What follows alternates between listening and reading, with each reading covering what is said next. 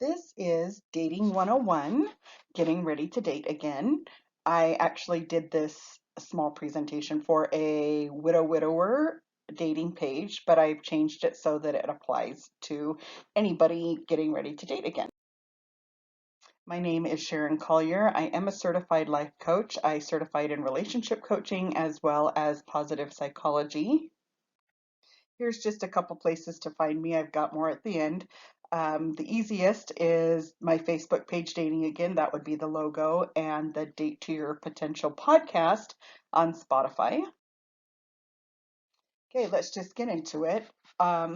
Here's some signs that you are getting close to being ready for dating or that you are ready for dating. You kind of know. People always ask me that. I'm not sure if I'm ready for dating. Well, then maybe take a little more time, but here's a few things that you can do to get yourself ready. Get through the fog. Now we know that widows have a fog. And I've known a lot of people going through a bad breakup or a divorce that have had the fog as well. Any physical um, condition that you would have because of the trauma, you really need to work through because this is not a good time to make big decisions. You don't have the clarity to make big decisions. I know, like widow fog. Well, and a divorce fog, any fog that you would have, your body is so busy processing the grief that your frontal lobe fails to do its job. And that's our understanding and logic and a lot of other really great things that we need to make good, clear decisions. Okay, reconnect with yourself. If you've gone through something really traumatic, a lot of times we've let our interests and routines and things go. So make sure that we revisit our interests, the routines, the passions, or we're making new ones. I know after the death of my spouse, I woke up one day and thought my life is a blank slate now, and I can do whatever I want. Okay, practicing self-care. You need to be taking care of yourself, your mind, your body, and your spirit. Especially, your body reacts to different things in the trauma. Extra cortisol. Some people get acne, um, sugar cravings. There's all sorts of things that can go on in your body when you go through something traumatic or difficult, just extra difficult. And we need to make sure that those things are taken care of and we are taking care of ourselves fully, not just part, just you're fully taking care of yourself. Okay, reflect on what you've learned. Okay, what went well in your past relationships, maybe, or relationship, and what would you change? What didn't go well? There's always things to change. Even if you are widowed and came from a really good marriage, a lot of times there are things that you would change. So make sure that that is on the forefront as well as the things that you've learned. Okay, wait until you feel peace and clarity, not loneliness. You do not want to medicate with dating. People who medicate with dating make really desperate decisions and they're never good ones. And so you want to be in a good place of peace and clarity and not just try to fill this big gaping hole of loneliness. Okay, I came up with the big C's of relationships. I put a C on all of them. I don't know why, but I'm sticking to it. Um, I say chemistry and compatibility, which leads to connection, before contact, of course, before the affection. Communication and conflict resolution really could go anywhere in there. Um, but a lot of people don't have conflict resolution. And so I stuck it there and we're going to talk about it. And all this before we get into a commitment and what commitment. Okay, let's get into it with chemistry. Chemistry would be the attraction you feel. And most of the time, if you have chemistry with somebody, it's a mutual attraction, and that's great. Scientifically, we know that attraction comes from this pheromonal response that is speculated. It comes up through your nose like you like somebody's invisible smell, and it tickles your hypothalamus, and that's responsible for our whole endocrine or hormone system. and it's very exciting. And there's different levels of attraction that you would have with somebody, as far as the physical goes.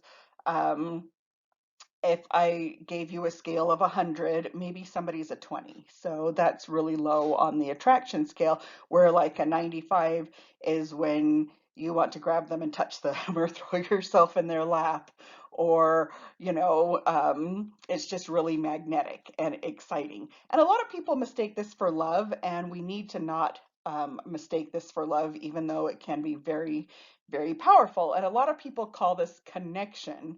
We had this really strong connection, and this is not connection. Connection is more on an emotional level, and we will talk about that. So attraction, there's different ways that we are attracted to people. Okay, of course, physical, emotional. This is a person that just gets you. Um, and that is can be kind of powerful in and of itself. Like, you kind of speak the same language, somebody who finishes your sentences. um, Intellectual, of course, that's, having these intellectual conversations, and there's just people who really like that. And of course, spiritual, people who are on the same level spiritually. But if you have a lot of these, really, it's good, but we need to combine that with the physical to have a good relationship. Now, I have been emotionally attracted to someone who totally gets me, but the physical wasn't there. So the emotional was a 80, but the physical was still a 20, and that's not a relationship that's going to work. And we need to realize this. Um, I have a friend who's just if his brain what could be as large as his intellect, he would have this huge head. And we always had the best conversations, and they were fun, but I was attracted to him like a 10. So hopefully you have a mix of all these attraction areas, but really the physical is really important, because this is the person that you're going to be physical with. Okay, and on the attraction subject, let's talk about flirting for a minute, because a lot of people don't know how to give signals or notice signals. So let's talk about flirting for a minute. Your eyes, people say eyes are the window to the soul. Your eyes can be big in flirting. Catching somebody's eye contact across a room, you're at a party, a dance, any social gathering. And this is really where I like people to meet people, because you really get a better sense of them in person than online. But you can do a lot with your eyes. You keep catching somebody's eye contact across the room. People say look away and look back. You can look down and back up, and that's kind of sexy. But if they maintain eye contact, say hello across the room, hi, give them a green light. If ladies, I always talk about the flock of females. If you're in the flock of females and you're noticing somebody, break away from the flock. The flock can be really intimidating to a guy. He doesn't want to come up and tap on your shoulder, right? So, I mean, some can, but most don't want to. Excuse yourself to the restroom, excuse yourself to go get a drink, something. And guys, if you're making eye contact with somebody and it's kind of getting flirty across the room and she breaks away, go get her and talk to her. Go get her phone number. Go, strike up a conversation. So, but eyes can be really telling. You can make eye contact for a while across the room and give a little wink, give some little indication that yes, you can come approach me. And this would be based on purely physical attraction, right? If you notice somebody, and that's okay. Um, Touch. If somebody is constantly touching you, and ladies tend to touch and giggle, um, but touch is a big one. That if somebody's continually touching you, they have an attraction to you. And on the flip side, if you're trying to give somebody a green light, touch them. High five. Oh, wow, you love horseback riding too? High five, fist bump, anything you can do to break that barrier to give them a green light to say, yes, it's okay to ask me out or start a conversation or ask for my phone number. Humor. Everybody loves to laugh. Everybody loves to smile. Using humor and jokes is always fun. It's a great way to get somebody's attention. You're sitting in a big group of people using humor. banter. This is the friendly things that we say to each other that sometimes aren't even really nice, but you can do it in a nice way. Ladies, um, this is not put downs, but you can always banter about the sports team or the car they drive or something non-personal. Um, and that can get into a fun conversation that gets really flirty. Proximity. Okay, you're trying to grab somebody's attention, get close to them so they notice you. Or, flip side, if you notice every time you turn around, a person is always there, that is a good sign that maybe they're interested. If they're looking at you constantly and seem to be in the same part of the room as you, that is a good indicator that they will probably be interested. Okay, body language. Watch body language. Is it open or is it closed? If you're talking to someone, are they crossing their arms? Are they turning their shoulder a little bit away from you? Are their feet pointed away from you, like they're ready to escape? Feet are actually a big one. People don't realize um, that if a person's interested, most likely their feet are going to be pointed towards you. If you're standing side by side with someone and strike up a conversation and they aren't interested, they're not going to move. You're going to stay shoulder to shoulder. But if they are interested, they're going to point their body towards you. So body language is super important. If you're talking to someone and kind of moving closer and they put their hand up, I'm going to say that hand says stop, so stop. So watch the body language. I liked to watch couples talking at different singles activities, and I watched one pair. I don't want to call them a couple, talking, and both of them had their arms crossed. So obviously, they're neither one of them are interested in each other. So you can kind of catch cues and signals from people with their bodies. Okay, this is my favorite one. Moving on to tell them what you want. You're having a great conversation with someone. You can totally say, "Oh my gosh, this has been so much fun. I would love to hang out later," or "I would love to hang out sometime this week." And tell them, give them the ultimate green light of telling them what you want. We should hang out, or I'd like to take you out. This was really fun. Because then there is no mystery in it at all. And so if you're bold enough, do that. Okay, compatibility and connection. We all want connection, to be seen and heard and felt and loved. And compatibility is a big one. And we cannot force compatibility. This is kind of something that's there or it's not. And so let's talk about this for a minute. Okay, our values. We have to have the same values. People that have different value systems, it just doesn't work. And, we all know what our values are. We all try to be honest and loyal and none of us steal things, right? So, politics actually can come into our value system. There was actually a couple in Washington that were very famous because she was one party and he was another. Their marriage didn't make it. And I think some people passionate about politics, it does end up being a difference in value system. And so our values are really, really, really important. And, this goes to raising children, to relationships with parents or friends. So our value system really does need to be compatible.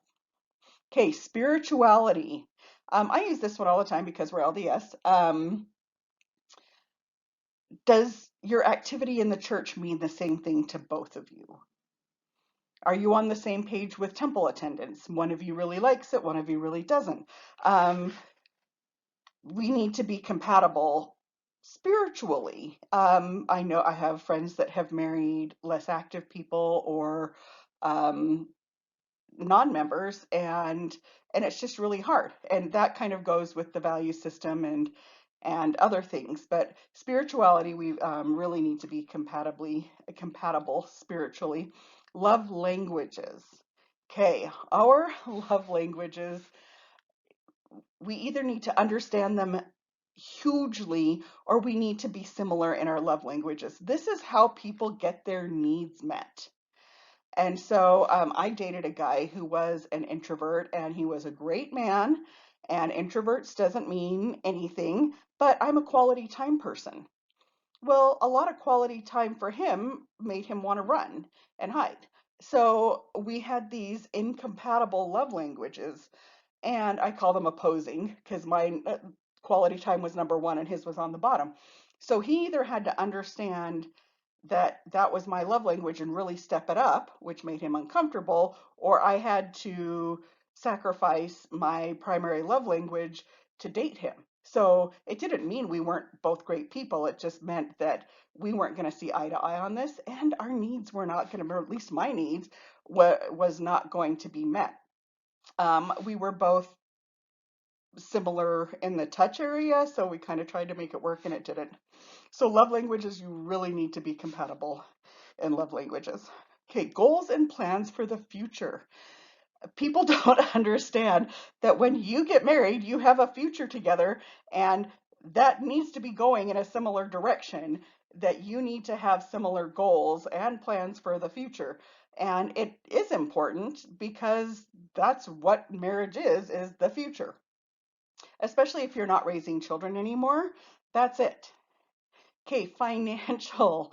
You need to be compatible. You need to be very agreeable on what finances look like for both of you. Now, my dad was a huge tightwad. He was very penny conscious. I just heard that word today.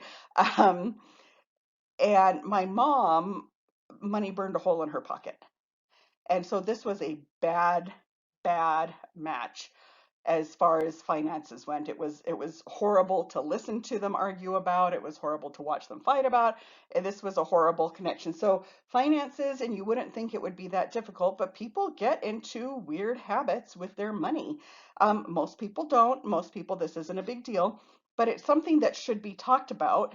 I know several married couples who didn't talk about it until after they were married and really regretted it because they had to figure out some compromise after the marriage when, it could happen while you're dating and not while you're married. Um, so yeah, that's another area of compatibility. Hobbies and interests. Okay, you guys have to have something to look forward to. Traveling, woodworking, horseback riding, water sports, pickleball, whatever it is, there needs to be some areas of hobbies and interests that you have in common. Now, I would hope some people meet doing their hobbies or interests, maybe a couple meets on the pickleball court, a big giant tournament or something like that. But fun is a huge part of relationships and our connection. We produce dopamine when we're looking forward to things, and as a couple, and you're both producing dopamine, it's a really great way to have better connection. So, in the compatibility department, we don't want to sacrifice our values ever. So that's probably our top most important one. But the ones that are going to the ones that are going to make the best connection, I'm going to say, are love languages and hobbies and interests.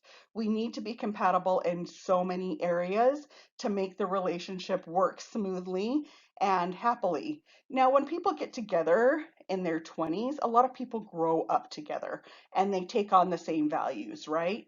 And they figure out the love language thing because maybe they don't really haven't really established all that. And of course, they've talked about the future because there's going to be kids and things like that. And so it's really not as difficult. But when you're dating the second time around, it's a lot harder because, you grew up with somebody that way in a marriage and somebody else grew up with somebody that way in a marriage. And it's really difficult. The best marriages in the beginning, the people who make it look easy, came from similar backgrounds. And so they generally have the same value system. They're on the same page with a lot of things because, like, let's say they both had parents who adored each other. Well, their natural response to that is to adore each other. Um, and they both regularly had family home evenings. So this family unit is strong. So their family unit is strong. And so um, those are the couples that have it the easiest. So the more you have in common, the more compatible you are, the easier your life together is going to be. Okay, contact, our affection. So things we know about affection. Um, Physical contact produces happy chemicals. Okay, relationships generally produce happy chemicals. My late husband was bipolar, and I didn't know what that was. And maybe bipolar wasn't really a diagnosis back then. He suffered from quote unquote depression quite severely. But when I was with him, people told me he's never been happier. And guess what? They're probably right because he's producing all these happy chemicals because he's paired off, and that's what relationships do. We produce happy chemicals. Okay, physical contact also produces attachment chemicals. This is why it's so important to hold off on physical contact until you know you have things in common. We can get ourselves attached. This is our oxytocin, some dopamine. We can get ourselves attached to the wrong person really easy, and it can be very, very powerful. Oxytocin can be super powerful, and it makes us think we're in love when all we are is really, really attracted and attached to this person. So it can be really deceiving. That's why it's really important to hold off. And people are like, oh, well, like what, the third date? And I would say wait longer unless there's a whole lot of chatting and conversations in between dates. And that can happen really fast too when you're chatting a lot because you need to know that there's other things that are going to hold this relationship together. Um, Relationships can fall apart. We talk about the infatuation period in 4 to 5 months, just based on a drop in hormones. And so if you're hot and heavy with the affection, it's really hard to disconnect from the wrong kind of person. And I'm going to talk about that in a minute. Okay, affection is important for connection. Okay, this should start out slow. I just talked about this. Kissing is different than making out. Okay, a little goodnight kiss is a little bit different than making out. I would not start making out with a person until you are in a really strong, committed relationship that you're both on the same page with. Um, because the kissing really does affect us. And a lot of people are just in this big hurry to check all the boxes. And when we talk about going slow, that's what that means. It doesn't mean have fewer dates. It means don't be in such a rush to check all the boxes. Okay, we've held hands now. Now we need to check off the kissing box. We've had 3 dates, so now it's time to kiss. We've had 5 dates, now it's time to meet the kids or the family, or as my brother says, pick out curtains together. So we need to be careful with affection, but affection is a glorious thing, and it does make us happy. It's just best to just know the person that you're being affectionate with. Okay, communication and conflict resolution. I'm just going to talk about some skills here. Um, Communication, you need to understand the other person's communication style. You need to understand and experience it. Is this a person that shuts down for 3 days after a disagreement? Is this a person who explodes during a disagreement? Okay, because we're always going to have disagreements, right? What is their communication style? Is this a person that avoids talking about things altogether and just brushes everything under the rug? Okay, you need to be able to deal with whatever this communication style is. If they have no communication skills, that is a huge red flag because communication is so important in relationships. This is how resentments build up and marriages fall apart, is when there is no communication. So it's super important.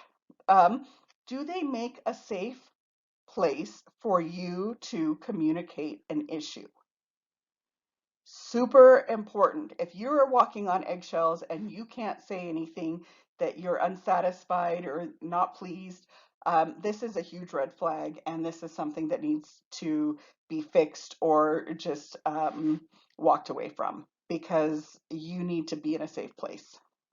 Okay, conflict resolution.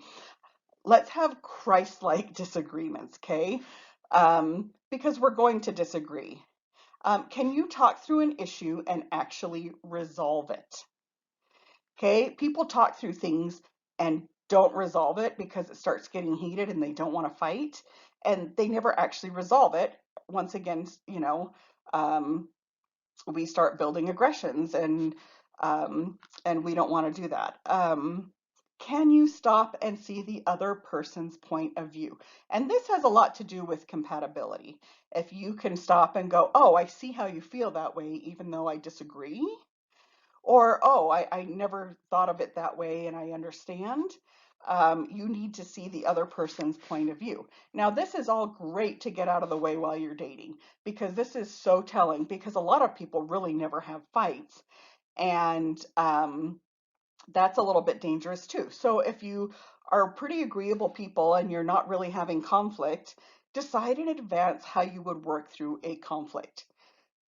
Decide that you're going to maybe calm down when you get heated and fight, flight, or freeze. Sometimes it takes 45 minutes to calm down and get out of that.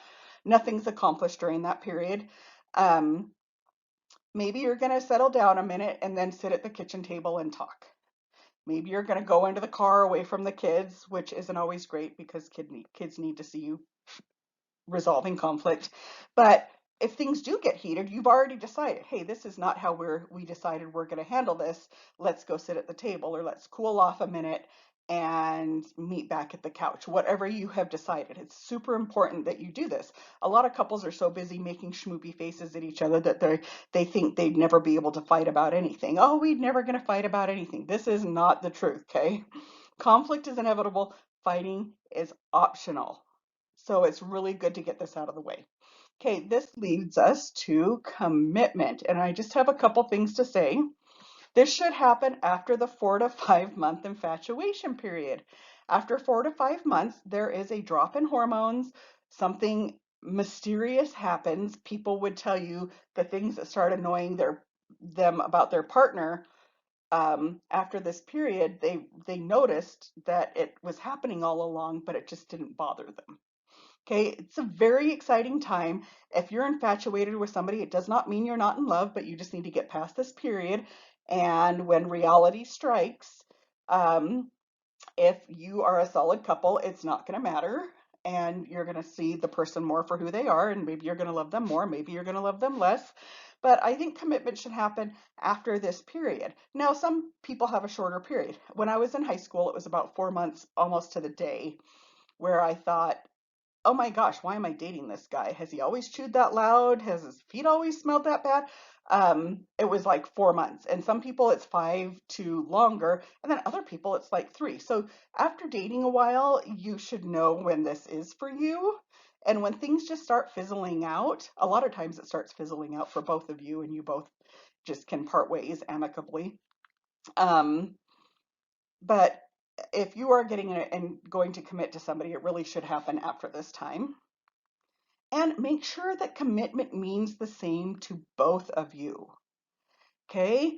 An exclusive relationship might have different rules for either person based on how they were raised or what their last previous marriage was like or whatever. I had a girlfriend dating a guy and he said, well, I want to call you my girlfriend, but we're not exclusive. Oh, okay, good to know. So we're not exclusive, so don't call me your girlfriend. Anyways, so make sure that commitment means the same thing to both of you. Okay, let's talk about asking a person on a date. Okay, watch for signals first. Okay, we just talked about that. Watch for signals. We're going to watch for signals. There's going to be a little flirting, guys, because guys are going to ask the girls out, and I'm going to talk about girls asking guys out in a second. Okay, you want to chat a little. You want to establish some form of compatibility or get a sense of who a person is, whether that's on Zoom or whether that's on the phone. Um, I was chatting online with a guy years ago when LDS Planet was a thing, and he was really fun and funny, but I got on the phone with him and he was super negative. And so I saved that guy some time and money, and I saved myself some time because I didn't want to go out with him. And so always chat a little, even, just to maybe even get a sense of what this person would want to do on a date. but it's good to hear their voice and just get a sense of who they are.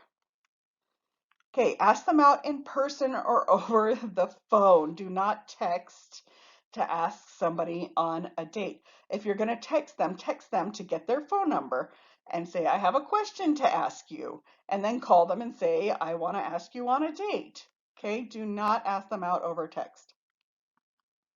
Okay, you're going to plan a date. You're going to make it fun. We're going to focus on fun. We're not going to have the dinner interview and keep it short. Okay, you're just starting to get to know each other. So it doesn't need to be long. And like, people are like, well, it's kind of hard to get to know somebody when you're playing mini golf or you're bowling.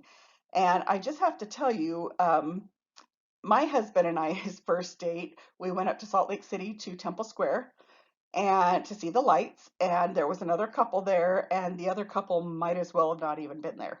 We were walking side to side. We weren't holding hands, but we were walking side to side, and we did not stop talking in the car all the way there, while we were there, all the way home. We just had so many things to say. And so if you think that bowling is going to get away in the way of a connection, it is not. In fact, bowling and little competitive things like mini golf, all the cliche things, axe throwing, they're a good opportunity to break the touch barrier with some high fives and things and some good flirting and banter opportunities. So plan a date, make it fun, keep it short. Okay, go on the date. Once again, we're going to keep it short and don't extend even if you want to. Okay, there's always time for a second date. Oh, I don't want the evening to end. Let's go do something else. No, don't go do something else. Don't go through a drive. Don't go somewhere and park and make out. No, don't extend it. Just be like, oh my gosh, I totally want to go out with you again. What are you doing Friday? It's a good opportunity to ask somebody on another date without being awkward and wondering. Okay, you want to watch for signals before we're asking them out again. If they're in the car, which really they shouldn't be on a first date anyways, but if they're constantly turning away from you, if they're not really engaging, if the conversation is hard, that's not a really good signal to ask them out again. And you know, some people are going to take longer to warm up than others, and some people are really nervous. Um, but watch for little signals. And if you say, oh, I really had fun tonight, and they're super enthusiastic. Oh my gosh, I had so much fun too. Thank you so much. That's actually a sign that if they get really enthusiastic. And then there's, you know, a little bit of maybe chatting and banter through text afterwards. Thanks again for a great date. Things like that, where you know you can probably, oh, maybe I'll ask them out again. Maybe they were a little nervous because they weren't really responding or reciprocating, and maybe you can ask them out again. But if they're just like a dead fish the whole time, don't worry about it. Ask somebody else out. And this is really hard when you really like somebody. I have to say, um, you know, there's some things that are really hard about um, not dating people. We're going to talk about red flags here in a second. And when you really like somebody, there's a different element to it all, and it's just really hard to um, to get past that or to let them go. So let's talk about some red flags and green flags. Okay, red flags, bad behaviors. Maybe somebody who's just deliberately hurtful. We know what bad behaviors are: lying, cheating, right? Put downs, excessive teasing. Maybe they've got a mean temper. Things that would be hurtful to your person or your emotional well being is a big red flag, and you don't have to put up with it. Like I said, when you really like somebody, that's hard to let them go, but this is something that we shouldn't put up with. Um, you know, people talk about narcissists and things. A narcissist will tell you all their emotional issues so that you have sympathy toward their hurtful behavior. And you don't, that's not your problem. Anybody's issues, anybody's traumas, anybody's triggers are not your problem. They are not ready to date if they're coming into it with all this baggage and they're being hurtful. Okay, confusing behavior. Maybe they're hot and cold. Okay, super big red flag if they can't decide where they are in the relationship and their behavior is not consistent. This is really dysregulating to us. So if we're confused all the time, thinking what is going on, this is a relationship. Maybe you don't let the whole thing go, but you're just going to play the field and they're just going to be in the field. You do not get exclusive with this person. Do not be hopeful with this person. They could come around, but not necessarily. Once again, this is one of those situations. If you really like somebody, you kind of put up with it because you're excited to be dating them, but at the same time, it's dysregulating.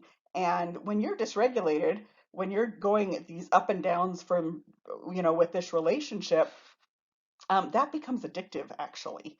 And so we don't want to stay in confusing behavior. You can always clarify and say, I'm really confused, and see if maybe something changes, but we don't want to stick around for confusing behavior either. Low effort. If you are putting all the work into the relationship, if you are doing all the good morning texts, if you are making all the plans, even if somebody says you're exclusive, this is not a healthy relationship. We need the relationship to be reciprocal and balanced. You don't want to be in an unbalanced relationship. Once again, really hard if you like somebody a lot, but you don't want to be in this relationship. Once again, you can play the field with this person. Maybe you don't need to toss them aside and they're in the mix, but there needs to be a mix. Do not hold out for this person.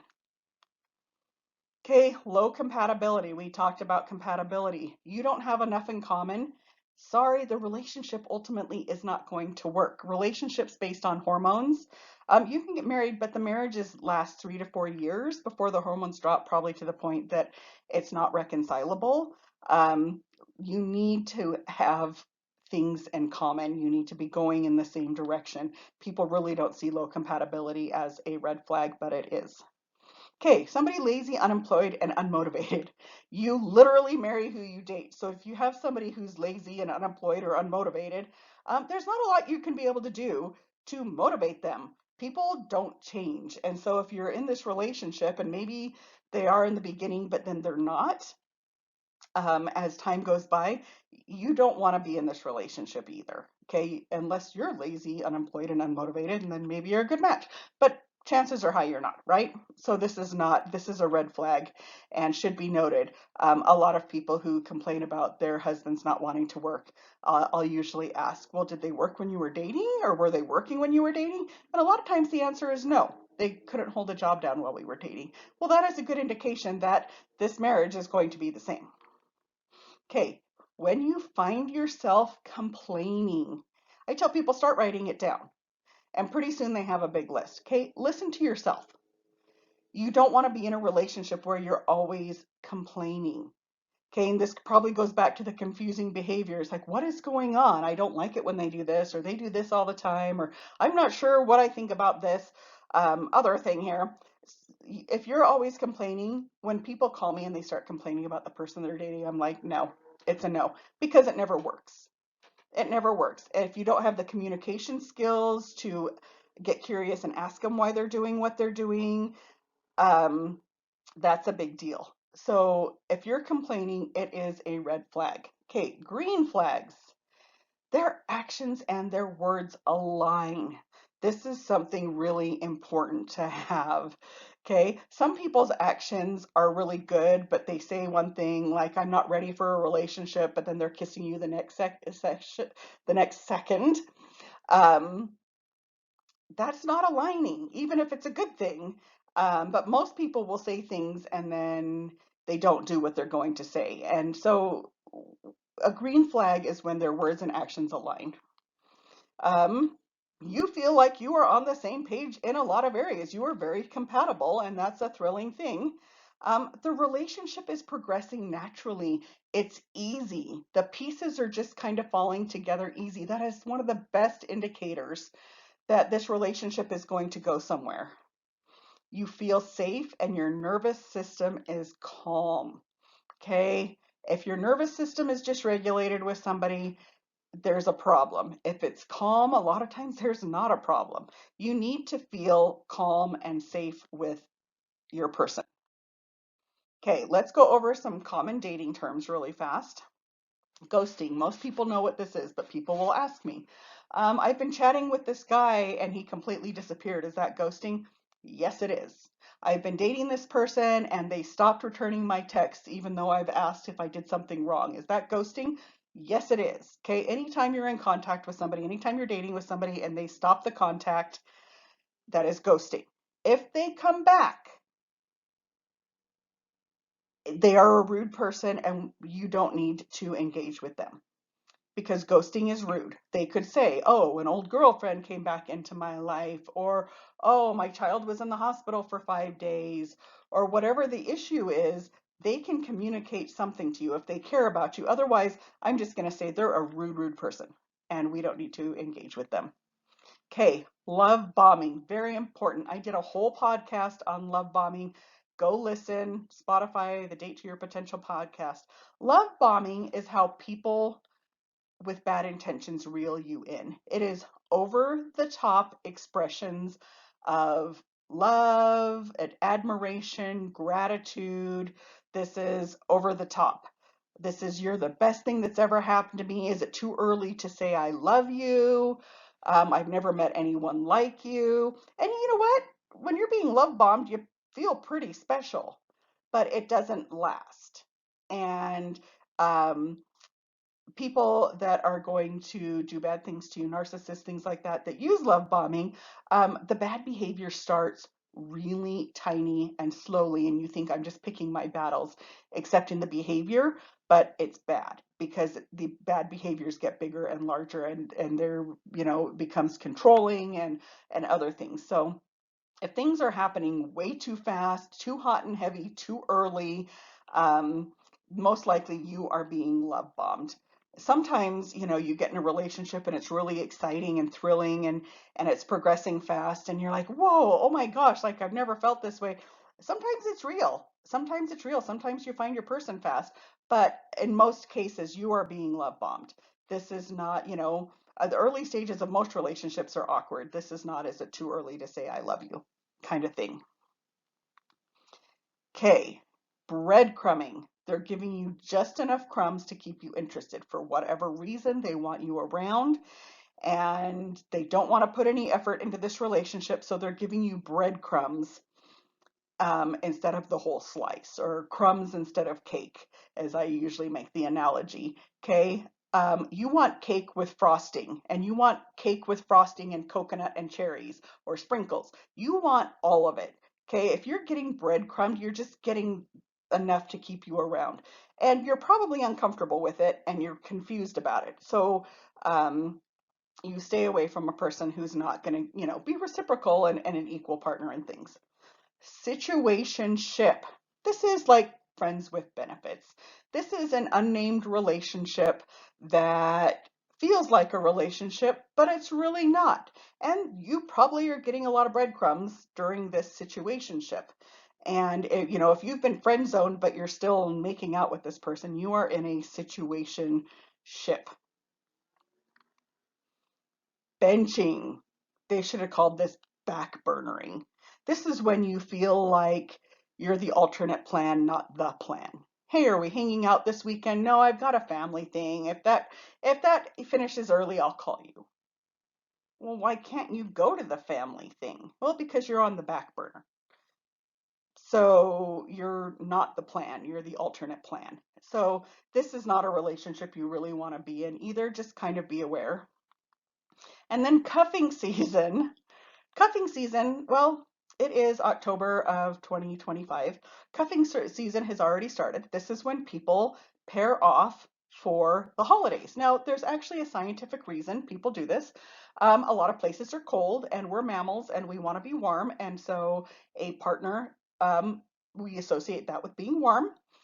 And so this is when people pair off for the holiday season, the cold season, because no one really wants to be alone for the holidays, do they? This is gift exchanges, this is romantic drives to see lights. There's all sorts of romantic things that come with the holidays, and this usually lasts past Valentine's Day, and people break up. So I have a lot of breakup coaching appointments the end of February, early March. There was one year it was so cold here in Utah. It was just cold and cold and cold till like May. And oddly, um, my February, March passed, and all my breakup appointments were in May because people stayed together because it was cold. It's just really an interesting phenomenon, and people generally aren't aware that they're doing this. But it is a thing to get together for cuffing season and break up. So if you're really not into a person, there's no need to put yourself through this and to break up and rejection or whatever else is going to come with the breakup, right? Okay, last thing. Are you the buyer or are you the seller in a relationship? So I came up with this on my own. There was another coach out I saw on Facebook. He wears like feathers and dresses. He's interesting. And he did not, if you hear that, I did not get it from him. Mine is different, and I think mine is better. Um, we want to put ourselves out in the world as a buyer, a confident buyer. They say the two most attractive qualities a person can have is happiness and confidence. I'm going to add kindness. Kindness is in the top there too, but confidence is a big one. So a seller feels the need to sell themselves. This is a person who talks about themselves the whole time, mostly because they're probably nervous, but you get a big list of all their accomplishments, every trophy on their shelf, every raise they've ever gotten, any dad award, any whatever, mom award, whatever. This is a seller because they are constantly selling themselves to you. Okay, this is a desperate person that's just grasping at love, right? So they're looking for someone to love them. They're looking for someone to love them first, and then they're going to look for compatibilities and stuff, and then they're looking for ways that the relationship's going to work. So they're looking for somebody who's interested in them first. They're trying to find somebody who loves them first, okay? This is not a healthy person. Okay, usually they're insecure, has low self-esteem. The buyer is a confident person. They know what they are looking for. I talk to people all the time about making their lists. How do you know how do you know if you found what you're looking for if you don't know what you're looking for? So start compiling lists. There should be non-negotiables, there should be negotiables on there. But things that you want in a relationship. And as you date more, this list is going to change a lot. You're going to add to it, you're going to subtract from it. I had a guy friend do it, and he was well into dating many years, and he finally made the list, and he was like, whoa. He was surprised at what was on the list when he came up with it. And because after all these years of dating, he just really realized that he just really wanted somebody that was just super supportive of his hopes and dreams, right? But he didn't really realize that until after all these years of dating. So, the list was eye-opening for him. Anyways, he put the list away and he just got married last week, and I had him get the list out again after he had met this woman, and she was everything on the list and more. And honestly, that's what we're looking for. So our confident buyer knows what they are looking for. They are shopping. Okay, this is not the interview process. You can do this without sitting across the table, but they are looking for the qualities they want. They are collecting data and being very discretionary about who they let into their life and their heart. Okay, so we all want to be the buyer, the confident buyer. We need to worry about our wants and needs more than somebody else's wants and needs. And of course, we are going to connect with somebody and care about their wants and needs. But in the beginning, we don't just want to go out there and date willy-nilly and just find somebody who's attracted to us enough and try to make it work. Okay, you're going to want to make it work with a person that you understand. They're going the same direction you are. They're what you are looking for. So you want to be the buyer in the relationship. You want to be the confident, happy person that's attracting a lot of people, and you pretty much get your pick. Okay, again, where to find me? There's my website, the podcast, Facebook, Instagram, TikTok. Thanks so much for hanging in there with me. I didn't think it was going to be this long, but it is, and I appreciate you hanging in for almost 50 minutes. Bye bye for now.